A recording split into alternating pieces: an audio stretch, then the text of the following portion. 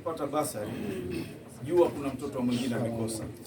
Kwa hivyo wakati ukimtafutia basari mtoto, hakikisha na wewe yule mtoto anafanya bidii darasani.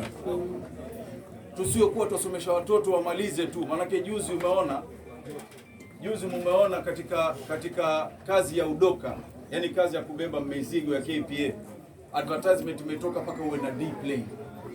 Ya chini kiwango cha mwisho kabisa ni D plane.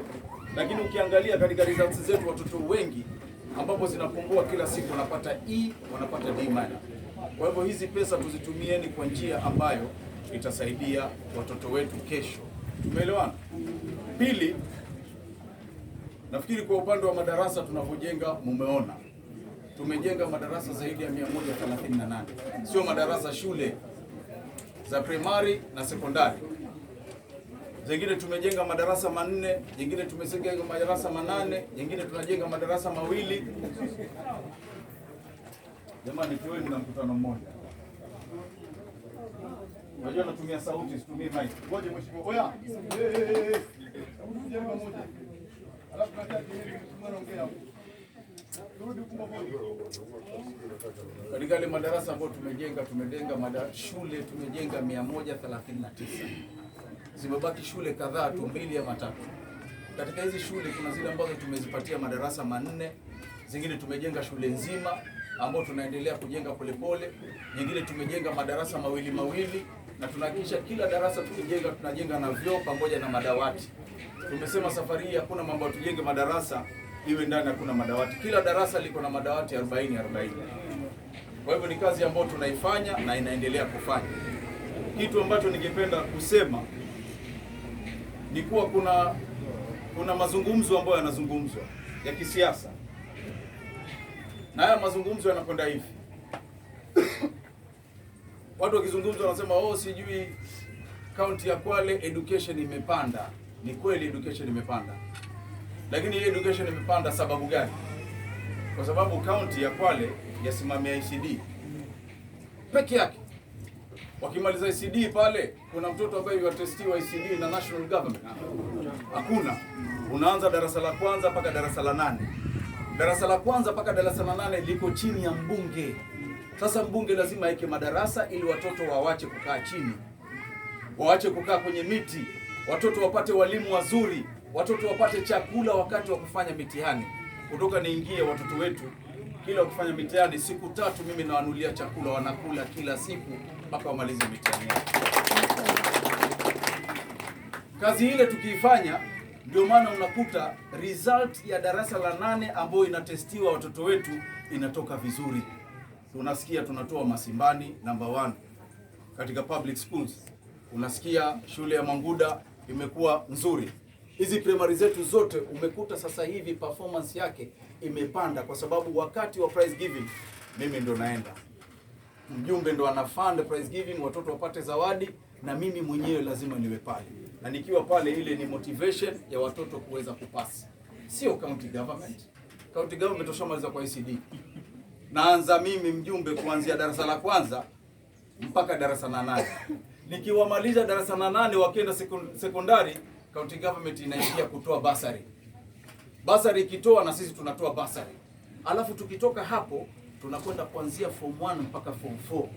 Nani anasimamia form 1 mpaka form 4? Mwashetani ama ni mjumbe. Mjumbe lazima ahakikishe madarasa yako sawa, lazima ahakikishe shule zimepata laboratory, lazima ahakikishe walimu wameongezwa katika shule zetu ambao wanakuwa trained ili performance yetu iweze kupanda. Sasa sisi tumepandisha performance, lakini kwa sababu ya motivation ya kutoka kwa county, Mvuri ameweka pesa milioni 20. Na ile pia inasaidia kuchangia watoto wetu kupasi. Lakini mtu asizunguke aseme ati mimi nilifanya elimu ya Kwale kwa namba 1. Elimu ya Kwale wewe ICD.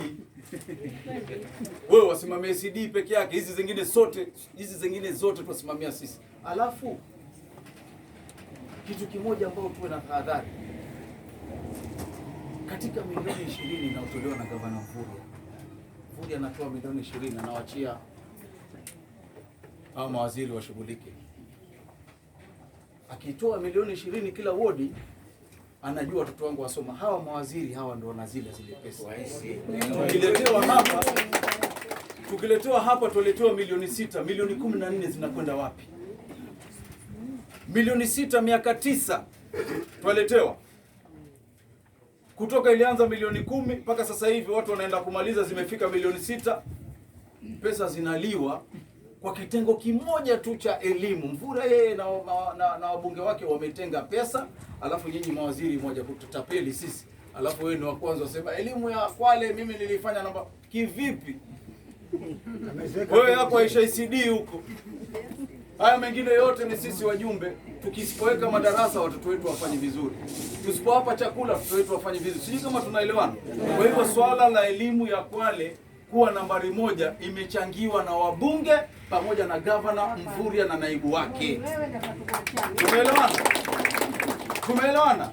Lakini mawaziri kwa sababu waziri hana nguvu yoyote, waziri ni kuhakikisha ile pesa imefika kwa wananchi na wao wanaila. Sijui kama tunaelewana. Tuko pamoja? Kwa hivyo mimi nataka kuweka mambo sawa kuhusu mambo ya elimu. Alafu masuala mengine kina mama na kina baba. Hii ikifika wakati wa siasa ndio naona watu wengi wanakuja kusema wetu. Sasa mtu akisema yule mashetani ni Mwarabu, yule mashetani si kwao, wanipe kwetu basi. Wanipe kwetu ndio nende. Kwa sababu mimi kwetu Mvanga, nataka nyinyi wale wanaosema wanipe kwetu niende. Tukianza kuchaguana hapa watu warudi makwao, hii lunga itabaki na watu wachache hii. Sijui kama tunaelewana. Okay. Madam Principal. Ngozi Girls. Karibu sana. Asante sana. Habari ya masiku? Nzuri kabisa mheshimiwa. Asante. Asante sana. Tumekuwa tukiongea sana kwa simu na naona umepata allocation pesa mzuri sana. Asante sana. Haya, huyo ni Madam Ngozi Girls, ni Principal wa Ngozi Girls. Sijui kama tunaelewana. Mimi husema hivi. Tenda wema. Ukishatenda mwema, mwananchi mwenyewe atakuona, awe Mduluma, awe Mligo, awe Mkikuyu, kabila yoyote hana haja kujua wewe ni kabila gani. Kwa sababu uongozi ukishachaguliwa wewe, umechaguliwa ni wewe na familia yako. Sio wewe na jamii yako, wewe na familia yako. Na ukichaguliwa wewe, sasa akili kichwani mwako na roho yako sasa. Roho yako ndio itakuponza urudi kwa mwananchi. Ikiwa mbaya, mwananchi atakulaumu na atajilaumu. Ikiwa nzuri, mwananchi atafurahi kwa yale madogo ambayo unawasaidia. Na mimi husema katika maisha uadilifu ndio kitu cha maana. Mimi kwa nini nimekataa kwenda ugavana? Nilijaribu. Nilipozungumza nikaona shida za Kwale ni nyingi. Hapana mchezo. Ukienda huko juu hakuna maji. Ukienda sehemu zingine watu wafukuzwa mashamba. Ukienda sehemu zingine unasikia watoto hawasomi, wanakufa na njaa. Sasa yule Nyerere, mimi nilimsikia Nyerere kwenye neno moja alisema, jamani, mkiona mtu anakimbilia uraisi, ukiona mtu anakimbilia kazi kubwa kubwa hizi za kuwakilisha, ikiwa na akili yake hafai kukimbilia kwa sababu ni majukumu. Ukipita mahali ukimwona mtu hajakula, unasema hili ni jukumu langu. Lakini ataka mtu ambaye anajua kuwa mimi huyu yaumia basi mimi naumia. Lakini kuna mwingine hata ukaumia ukafa hapo sina habari. Ni wengi kwa sababu tujuana. Mimi kuishi mahali fulani sio kuwa naishi peke yangu, naishi na majirani. Na majirani wanajua yule mtu ni mtu aina gani. Kwa hivyo wale majirani wakisema tu huyo mtu ameoza, huwa ameoza kikweli. Sijui kama tunaelewana. Kwa hivyo hii kazi ya ugavana nilipoona matatizo ni mingi. Kwa sababu pesa zinazokuja county ni pesa chache. Leo tuna ukame huko, hakuna maji, hakuna chakula, lakini gavana Mvurya pesa anazotumiwa ni chache, hazitoshi. Sasa lawama leo, lawama kesho. Na mimi nataka nikienda nende vizuri bwana. Yaani kama kuna njia ambayo mtu aweza kwenda motoni kwa haraka ni hii ya siasa. Hii ya siasa kama unataka kwenda motoni haraka. Sasa ukimwona mtu anakimbilia sana ugavana, atumie pesa nyingi, ujue huyo mmoja ni mwizi, ataka kuingia aibe. Kwa sababu services kwa kuwa ugavana hutoweza kufanya.